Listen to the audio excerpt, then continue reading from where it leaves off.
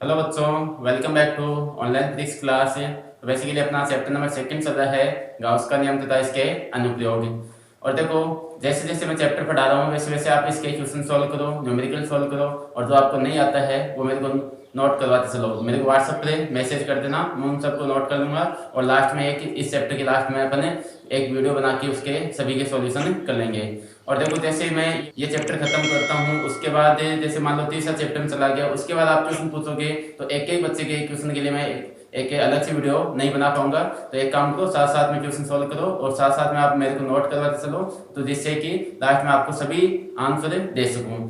तो अपना गाउस का अनुप्रयोग चल रहा है और गाउस के अनुप्रयोग में 3 अनुप्रयोग हो गए थे। आज चौथा अनुप्रयोग है गाउस के नियम से समरूप आवेशित गोलीय कोश, या फिर बोल सकते हैं खोखला गोला, या फिर बोलेंगे इसको चालक गोला के कारण विद्युत क्षेत्र की तीव्रता। अब देखो, गोलीय कोश क्या होता है, खोखला गोला क्या होता है, चालक गोला क्या होता है, तीनों के लिए सेम ही डेरिवेशन आता है, सेम ही थ्योरी रहता है, क्यों नाम चेंज होते हैं। तो अब पहले तो ये जानो गोलीय कोश क्या होता है, खोखला गोला किसे कहेंगे और चालक गोला किसे कहेंगे। तो देखो बेसिकली क्या होता है, गोलीय कोश का अर्थ है इस टाइप का जिसके अंदर कोई द्रव्यमान नहीं होता, ना कोई आयतन होता है, केवल बाह्य सतह भी बहुत ही पतली होती है, यानी कि अल्प मोटाई के अपने मान सकते हैं, तो इसे तो बोलेंगे गोलीय कोश। खोखला गोला सेम इसी टाइप का होता है, लेकिन इसकी जो परत होती है थोड़ी सी मोटी मान सकते हैं इसमें, यानी कि इसकी परत का आयतन थोड़ा ज्यादा होगा और इसके सापेक्ष इसका आयतन एक तरह से नगण्य अपन मान सकते हैं। चालक गोला का अर्थ है जैसे ये गोला है, इसके आवेश कहां पर स्थित हो, चालक का अर्थ हो जैसे चालक परत है तो चालक परत में आवेश कहां था, सतह पर, यानी चालक परत के बाहर बाहरी सतह पर, तो इस पे आवेश कहां रहेगा, बाह्य सतह पर, तो इसे कहेंगे चालक गोला। यह तो हो गया चालक गोला। अब देखो इसमें बात करें गोले कोश में आवेश कहां होगा, अंदर कोई द्रव्यमान नहीं है, आयतन नहीं है, तो आवेश अंदर कहीं स्थित नहीं हो सकता है, क्योंकि आवेश के लिए द्रव्यमान होना जरूरी है, बिना द्रव्यमान के आवेश की उपस्थिति नहीं हो सकती। तो आवेश कहां पे आएगा, इसकी सतह पर। तो ये भी क्या हो गया, एक तरह से चालक जैसा ही हो गया। ये क्या हो गया, गोलीय कोश। अब देखो नेक्स्ट है अपना खोखला गोला, इसका अर्थ हुआ इसकी बाह्य सतह पर द्रव्यमान स्थित है, यानी कि जो आपका गोले का द्रव्यमान होगा वो कहां पे पाया जाएगा, इसकी पृष्ठीय क्षेत्रफल पर। तो इसको भी अगर आवेश दिया जाए तो वो भी कहां पे आएगा, गोले की सतह पर, क्योंकि द्रव्यमान कहां स्थित है, पृष्ठीय क्षेत्रफल पर है, तो आवेश भी कहां रहेगा, पृष्ठीय क्षेत्रफल में ही स्थित रहेगा। ये हो गया क्या, खोखला गोला। अब देखो तीनों की कंडीशन देखी जाए तो सिमिलर लग रहे हैं, सेम जैसा इसमें है वैसा इसमें, जैसे केवल अपने कंडीशन नाम चेंज है और इसके द्रव्यमान की स्थिति चेंज है, लेकिन आवेश कहां स्थित है तीनों में बात करें तो आवेश तीनों पे ही पृष्ठीय क्षेत्रफल पर है, यानी कि सतह पर है। इसका अर्थ हुआ तीनों के लिए सेम डायरेक्शन आएगा, केवल नाम चेंज हो गए। तो आपको एग्जाम में देते हैं गोलीय कोश, तो वहां पे गोलीय कोश को लेते हुए अपन सॉल्व करेंगे, सॉल्यूशन वही सेम रहेगा। खोखला गोला दे दे तो सेम वही सॉल्यूशन रहेगा, नाम चेंज रहेगा। चालक गोला दे दे तो भी सेम सॉल्यूशन रहेगा, केवल नाम चेंज होगा। तो इस प्रकार से आप तीनों को एक साथ मैं एक साथ ही पढ़ा रहा हूं, और केवल जब आपको दे दे कि खोखला गोला जैसे नाम दे दे उसके अनुसार आप थ्योरी लिखो तो उसमें नाम चेंज कर देना, और सेम डेरिवेशन ही रहेगा, रिजल्ट भी अपने तीनों के सेम ही आते हैं। तो अपन स्टार्ट करते हैं अपने टॉपिक को करें। अब तो समरूप आवेशित है और गोलीय कोश लेके चल रहे हैं। मैं यहाँ पे जो भी सोल्व करूंगा गोलीय कोश के लिए सोल्व कर रहा हूँ। आप अगर खोखला गोला दे दो तो वहां पे जहां पे गोलीय कोश लिखो वहां पे खोखला गोला कर देना, और चालक गोला दे तो चालक गोला कर देना। अब देखो माना कि जैसे आपको क्या दिया जाएगा, गोलीय कोश दिया जाएगा और 8 त्रिज्या के गोलीय कोश दे दिए। जैसे ये एक गोलीय कोश है, इसकी त्रिज्या कितनी है, 8 त्रिज्या है, इसका मूल बिंदु या केंद्र बिंदु ओ ले लिया मैंने, और आवेश कहां पर है, इसकी सतह पर आएगा क्योंकि गोलीय कोश है।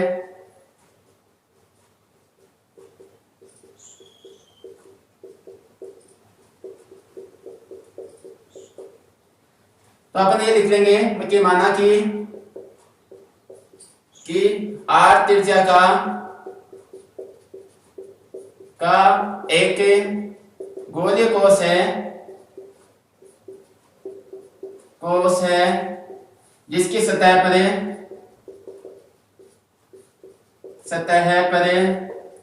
आवेश Q स्थित है, यानी कि इसके ऊपर सतह पर टोटल चार्ज कितना ले रहा हूं मैं, Q आवेश ले रहा हूं, यानी समेशन Q का मान कितना है, Q है। अब देखो इसके केंद्र से r दूरी पर अपने विद्युत क्षेत्र की तीव्रता का मान निकालेंगे कि इसके केंद्र से r दूरी पर विद्युत क्षेत्र की तीव्रता का मान कितना होगा। तो ये भी लिख देंगे कि इसके केंद्र O से r दूरी पर स्थित किसी बिंदु पर विद्युत क्षेत्र की तीव्रता का मान ज्ञात करना है। अब देखो r दूरी हो सकती है अंदर कहीं स्थित, यानी कि इतनी सी हो, स्मॉल r लेंगे, कैपिटल R तो इसकी त्रिज्या होगी, स्मॉल r अपनी दूरी होगी। हो सकता है r दूरी इसकी सतह तक आए, हो सकता है r दूरी बाहर तक जाए। तो अपनी तीन कंडीशन बन सकती है। एक तो क्या हो जाएगी, गोले के बाहर कहीं बिंदु पर है, एक हो जाएगी गोले की सतह पर, एक हो जाएगी गोले के अंदर। तो तीन अलग अलग कंडीशन लगा के अपन इसको सॉल्व करेंगे। तो पहली कंडीशन हो जाएगी जब बिंदु, और बिंदु इसको मैं P बिंदु से निरूपित करूंगा। जैसे मान लो यहाँ पे बिंदु P है और यहाँ पे विद्युत क्षेत्र की तीव्रता का मान निकालना है, तो ये बिंदु P, जब बिंदु P गोले के बाहर स्थित हो, अभी बाहर स्थित है, इसका मतलब यहां से यहां तक की ये दूरी क्या होगी, r हो जाएगी, ये दूरी r होगी।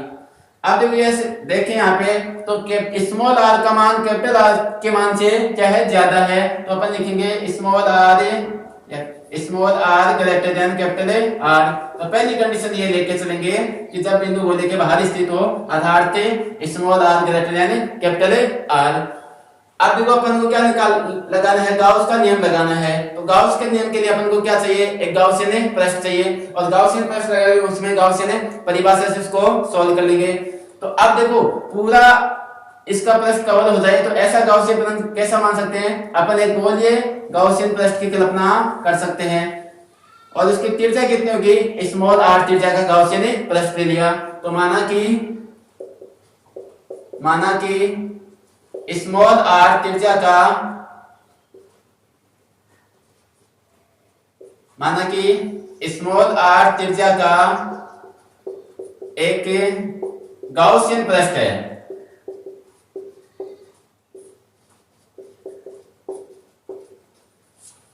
अब देखो स्मॉल r त्रिज्या का गाउसियन पृष्ठ ले लिया।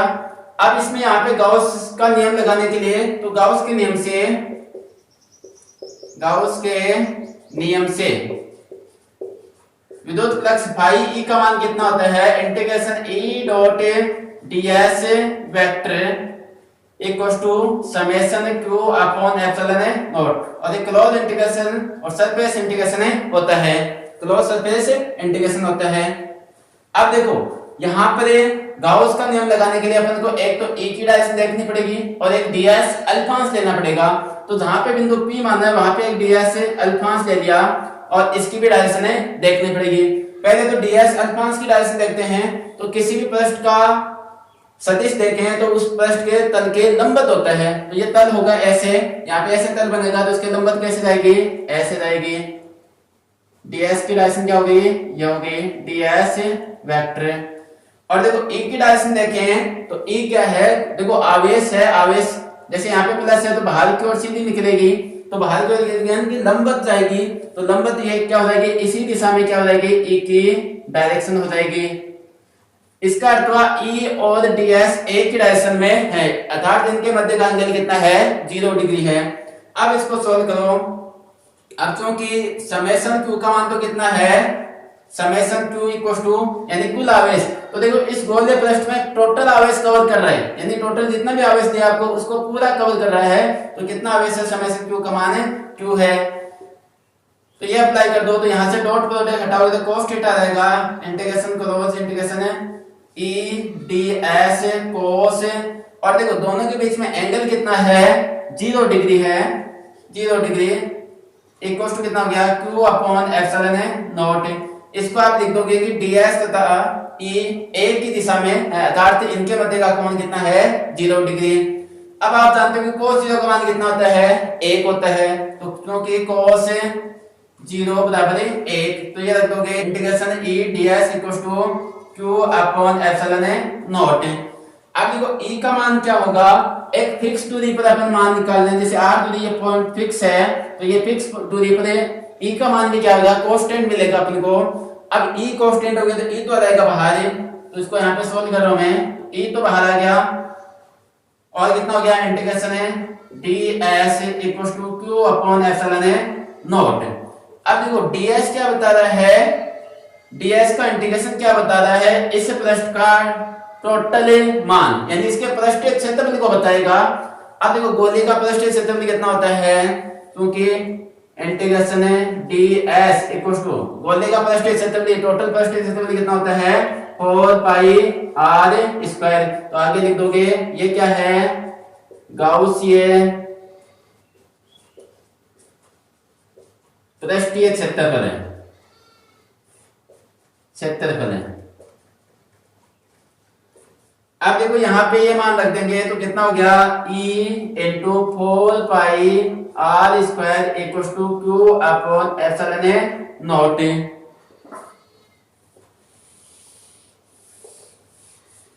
अब इसको सॉल्व कर लो तो e इक्वल टू कितना आ गया, इसको इस साइड रख दो q upon 4 pi epsilon not पहले लिख रहा हूं 4 pi epsilon not into r square. ये क्या मान आ गया, गोले के बाहर किसी बिंदु पर विद्युत क्षेत्र की तीव्रता का मान आ गया कि E इक्वल टू कितना आएगा q upon 4 pi epsilon not r square. तो ये मान ध्यान रखना भाई ये किसी बिंदु पर।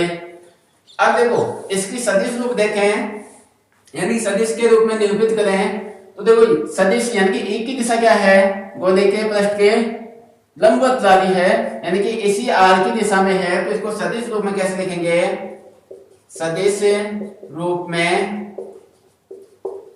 E वेक्टर इक्वल टू कितना रहेगा q upon 4 pi epsilon nought और r की डायरेक्शन में है तो नीचे तो r स्क्वायर और यहाँ पे क्या लगा देंगे r कैप।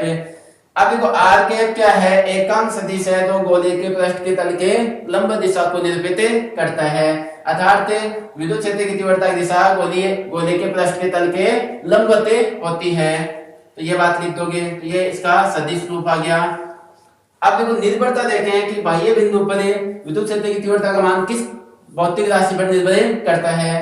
तो देखो Q तो क्या है टोटल आवेश फिक्स होगा अपना कांस्टेंट होगा 4 पाई एप्सिलॉन नॉट, ये भी कांस्टेंट है। r स्क्वायर यानी कि अगर दूरी बढ़ाओगे घटाओगे तो क्या हो जाएगा, इसका मान भी चेंज होगा। तो E समानुपाती क्या हो जाएगा 1 अपॉन r स्क्वायर, अर्थात दूरी के वर्ग के व्युत्क्रमानुपाती होता है। तो यहां से निर्भरता आ गई इसकी, और यहाँ पे E आउट लगा देना, ये E आउट का आगे बाह्य बिंदु पर है E आउट, ठीक है। तो एक पॉइंट हो गया अपना जब भी बिंदु P गोले के बाहर स्थित हो। अब देखो अब बिंदु को कहां लेके आते हैं, इसकी गोले के बाहर से सतह पे ले आते हैं। तो सेकंड पॉइंट हो जाएगा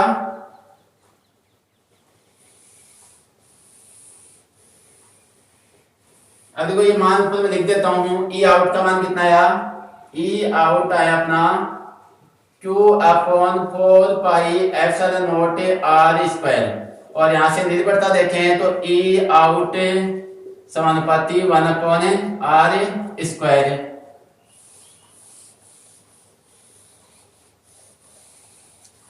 अब सेकंड पॉइंट हो जाएगा जब बिंदु गोले की सतह पर स्थित हो,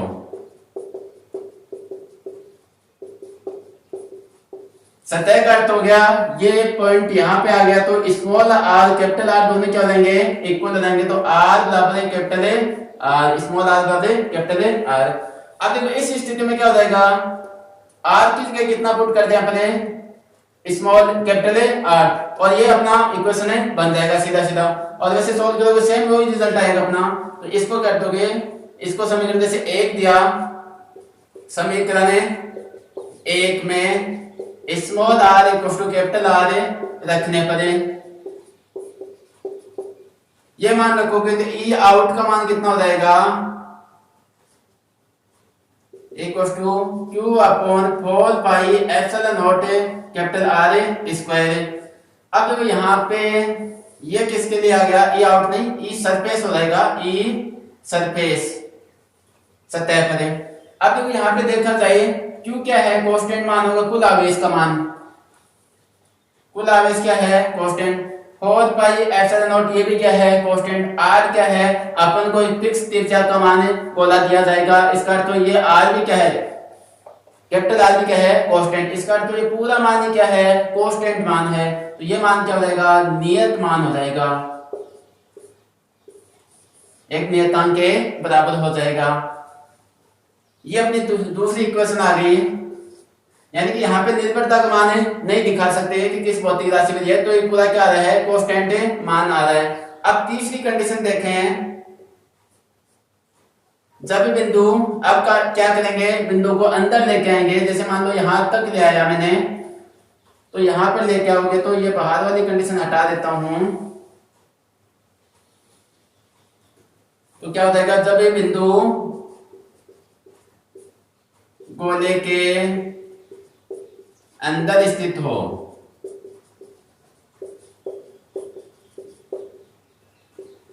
अब देखो अंदर है, इसका अर्थ हुआ ये तो कैपिटल आर है, बिंदु पी कहाँ आ गया यहाँ पे ले लिया मैंने, ठीक है, तो ये स्मॉल आर ये दूरी हो जाएगी यहां से यहां तक की, इतनी भी क्या होगी स्मॉल आर, और ये क्या है कैपिटल आर, इसका अर्थ हुआ स्मॉल आर क्या होगी लेस देन कैपिटल आर। अब देखो सेम वही मेथड लगाएंगे अपन, यहाँ पे फिर से अपन को गाउसियन पृष्ठ की कल्पना करनी पड़ेगी। अब गाउसियन पृष्ठ की कल्पना करेंगे, जैसे ये आपका गाउसियन पृष्ठ गोलीय गाउसियन पृष्ठ जिसकी त्रिज्या कितनी होगी स्मॉल आर, तो ये बात लिख देंगे गाउसियन पृष्ठ की कल्पना की जिसकी त्रिज्या कितनी थी आर है, ये सारी बातें। तो यहाँ पे गाउस के नियम से phi equals to integration E dot d s vector equals to summation q upon epsilon not.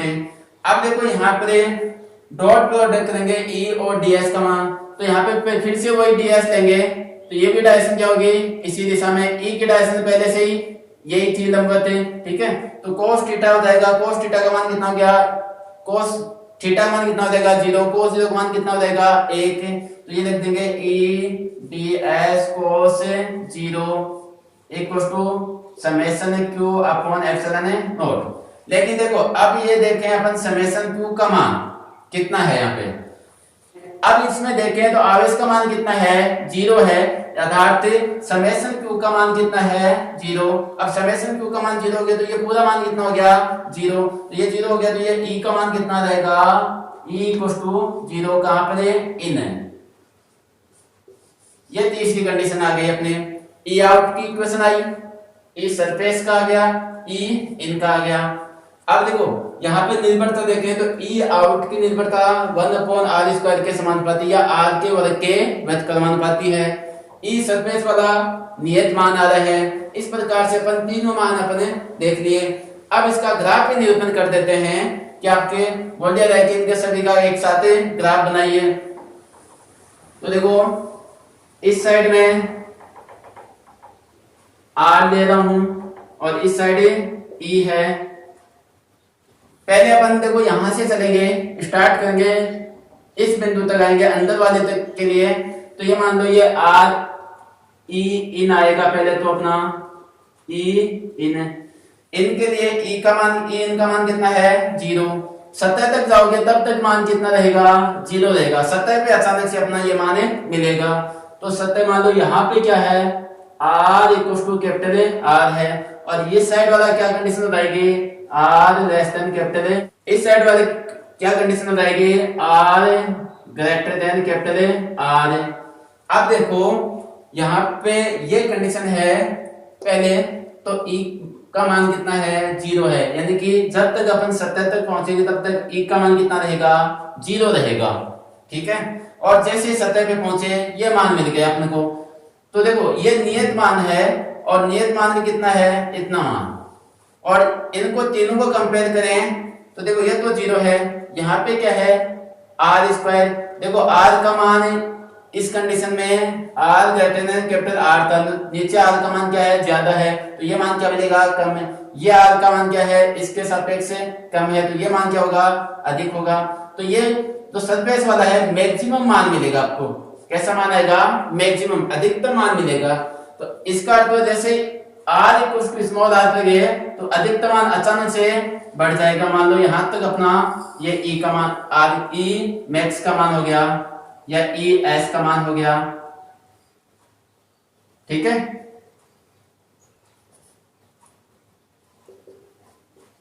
तो ये कितना हो गया ई एस के लिए हो गया। अब देखो आगे और बढ़ेंगे। अब देखो सतह से आगे बाहर निकलेंगे तो क्या हो जाएगी, कौन सी कंडीशन साथ हो जाएगी ई आउट वाली। और ई आउट वाली क्या होती है 1/r² के समानुपाती या r के वर्ग के व्युत्क्रमानुपाती। अब जैसे जैसे r का मान बढ़ेगा वैसे वैसे e का मान क्या हो जाएगा घट जाएगा। और कैसे आ जाएगा हाइपरबोला टाइप में ग्राफ आपका मिल जाएगा। तो इस प्रकार से इसका क्या हो जाएगा ग्राफ ये निरूपण। और ये लिख देना ई आउट प्रोपोर्शनल टू 1/r², ठीक है। तो ये अपना इसका ग्राफ ये निरूपण हो गया। तो आज अपना ये एक गाउस का नियम का अनुप्रयोग खत्म होता है। अगले टॉपिक में अपना एक नया अनुप्रयोग लेके आएंगे। तो आज के लिए इतना ही। थैंक यू, धन्यवाद, जय हिंद, जय भारत।